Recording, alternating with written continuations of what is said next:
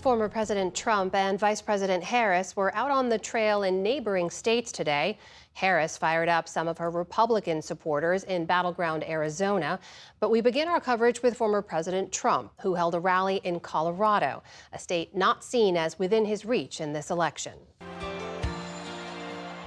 In Aurora, Colorado this afternoon, former President Trump campaigned on crime and immigration. I will rescue Aurora and every town that has been invaded and conquered. These towns have been conquered. Explain that to your governor. He doesn't have a clue. They've been conquered.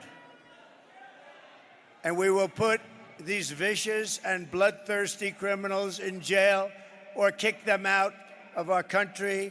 Trump repeated lies debunked many times by local officials about Venezuelan gangs taking control of parts of the Denver suburb, delivering a familiar and false refrain about violent crime rates in America, which FBI data shows have been declining. Please have a seat.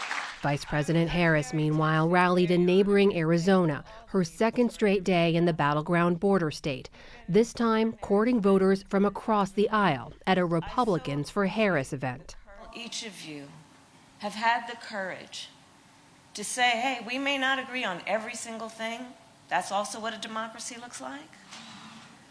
But foundational, first principles cannot be in question. Not for the sake of our children, not for the sake of our future and well-being, not for the sake of our standing in the world.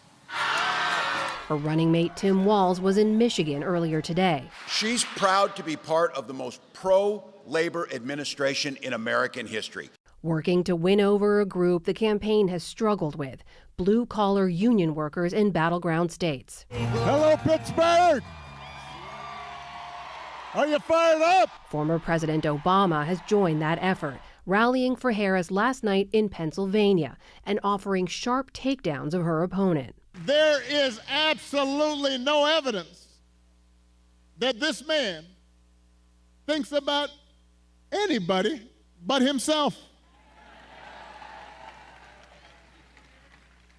I've said it before.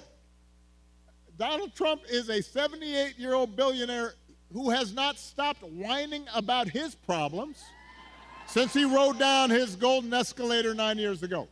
Trump's running mate, J.D. Vance, meanwhile, made headlines for what he wouldn't say. Do you believe he lost the 2020 election? Refusing 5 times in an interview with the New York Times to say that Trump lost in 2020. Senator Vance, I'm going to ask you again. Did Donald Trump lose the 2020 election? Did big technology companies censor a story that independent studies have suggested would have cost Trump millions of votes? Senator I think that's Vance, the question. I'm going to ask you again. Did Donald Trump lose the 2020 election? And I've answered election? your question with another question. You answer my question and I'll answer yours.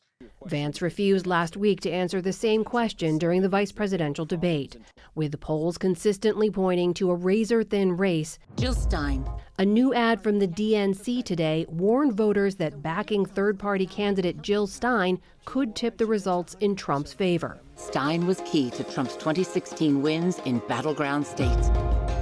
She's not sorry she helped Trump win. That's why a vote for Stein is really a vote for Trump. As both campaigns crisscross the critical swing states in these final weeks before Election Day.